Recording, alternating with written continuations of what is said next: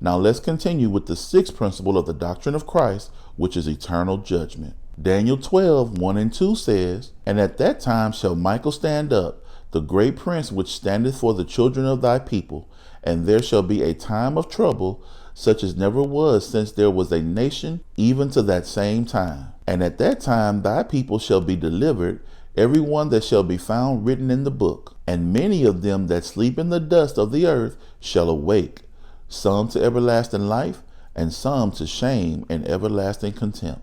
There are some people who prescribe to the Christian faith who have a hard time believing that the judgment of God will be everlasting. Many people feel that God is too kind and loving to punish those who transgress against him forever, but the Bible is very clear that the judgment of God is eternal. Isaiah 33:10-14 says, "Now will I rise, saith the Lord, now will I be exalted, now will I lift up myself. Ye shall conceive chaff, ye shall bring forth stubble, your breath as fire shall devour you. And the people shall be as the burnings of lime, as thorns cut up shall they be burned in the fire. Hear ye that are far off what I have done, and ye that are near acknowledge my might. The sinners in Zion are afraid, fearfulness hath surprised the hypocrites. Who among us shall dwell with the devouring fire? Who among us shall dwell with everlasting burning?"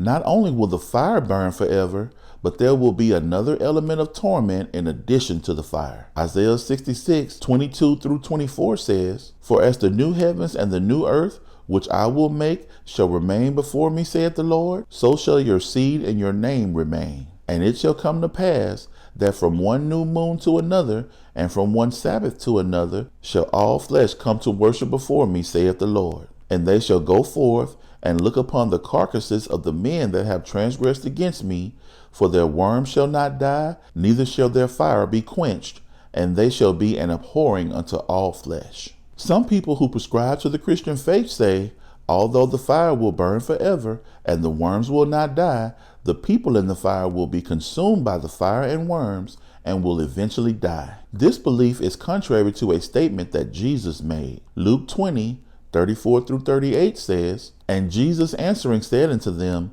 The children of this world marry and are given in marriage, but they which shall be accounted worthy to obtain that world and the resurrection from the dead neither marry nor are given in marriage, neither can they die any more, for they are equal unto the angels, and are the children of God, being the children of the resurrection. Now that the dead are raised, even Moses showed at the bush, when he called the Lord the God of Abraham, and the God of Isaac, and the God of Jacob. For he is not a God of the dead, but of the living, for all live unto him." Jesus explained that everyone who is resurrected from the dead will be as the angels who cannot die. Those who will be counted as great in the kingdom will reign with Christ, but others who will be counted as least in the kingdom will be tormented forever. Revelation 20:10 says, "And the devil that deceived them was cast into the lake of fire and brimstone, where the beast and the false prophet are, and shall be tormented day and night forever and ever." The beast and the false prophet will be flesh and blood men who transgress against God, and God will change them into spirit beings so they cannot die, and place them in the lake of fire along with Satan the devil to be tormented day and night forever and ever. The fire will last forever, the worms will last forever, and all who are in the fire will be tormented forever. But it was not so from the beginning that man should suffer such torment. Matthew 25:41 says, "Then shall he say also unto them on the left hand, Depart from me, ye cursed, into everlasting fire, prepared for the devil and his angels."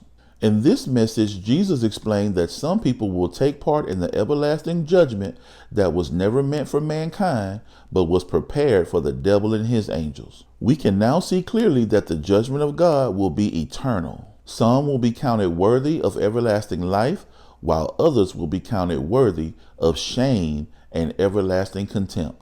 Now that we've discussed the sixth principle of the doctrine of Christ, we can move on to the seventh and final principle. Before you move on to the next video, if this video was a blessing to you, don't forget to hit the like button and the subscribe button to support this ministry. Our goal is to upload new content every Friday before sundown, Central Standard Time, for you to enjoy. Thanks again for spending this time with us. Now let's continue with the seventh principle of the doctrine of Christ, which is perfection.